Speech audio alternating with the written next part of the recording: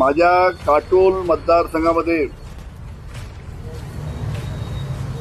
आम्ही गेल्या 3 महिन्यापासून जवळजवळ 60 लोकांची एक टीम लावली होती आणि त्या टीमनी संपूर्ण मतदार यादीचा संपूर्ण अभ्यास केला, संपूर्ण कागदपत्र जमा केले आणि त्यामध्ये असं आढळलं आहे की काटोल मतदारसंघामध्ये विधानसभेच्या निवडणुकीमध्ये 35,535 मताची मतचोरी झाली. 35,535 मताची मतचोरी काटोल विधानसभेत झाली. त्याच्यामुळे अनेक ठिकाणी जे सध्या आमदार आहे त्यांचेच भाऊ दिलीप बाबूलाल ठाकूर यांचं जर आपण नाव पाहिलं तर एका ठिकाणी दिलीप ठाकूर आहे, दुसऱ्या ठिकाणी दिलीप सिंग ठाकूर आहे. म्हणजे दोन्ही ठिकाणी त्यांचे नाव, इकडे मतदान करा आणि इकडे मतदान करा.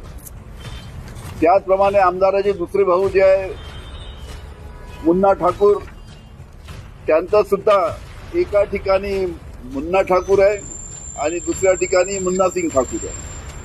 अशा पद्धतीनं डबल मतदान मोठ्या प्रमाणात आमच्या मतदारसंघामध्ये झालं. त्याचबरोबर 0 नंबरचे घरं याचे मोठ्या प्रमाणात याद्या त्या निमित्तानं 0 नंबरच्या घराच्या त्या निमित्तानं आहे. कोणताही घर क्रमांक नाही याच्यामध्ये.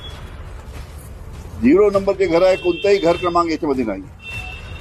त्याचबरोबर मुलाचं आडनाव 1 आणि वडिलांचं आडनाव 1 अशा पद्धतीनं सुद्धा त्या निमित्तानं नावं त्या ठिकाणी आलेली आहेत.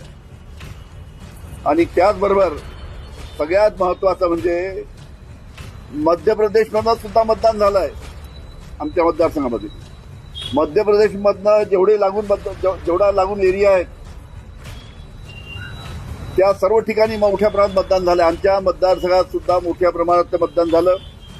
एक पुरावा तुम्हाला दाखवायचा राहिला तर लांघा येथे ज्या सरपंच मॅडम आहे, लांघा म्हणजे मध्य प्रदेश, लांघाचे जे सरपंच होते, लांघा येथे सरपंच मॅडम ज्या मध्य प्रदेशमध्ये लांघा येथे वनिता पराटकर, या वनिता पराटकर या मध्य प्रदेशमध्ये लांघा गावच्या सरपंच आहेत. त्यांचे पती हे गणपती पराटकर हे उपसरपंच आहेत मध्य प्रदेशमध्ये. त्यांनी या ठिकाणी येऊन आपल्याकडे मतदान केलं.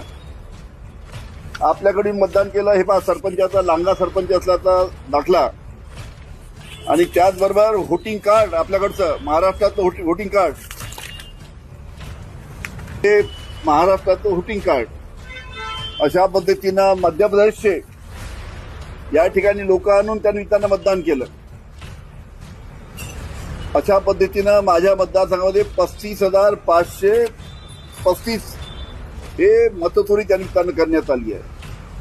त्याचबरोबर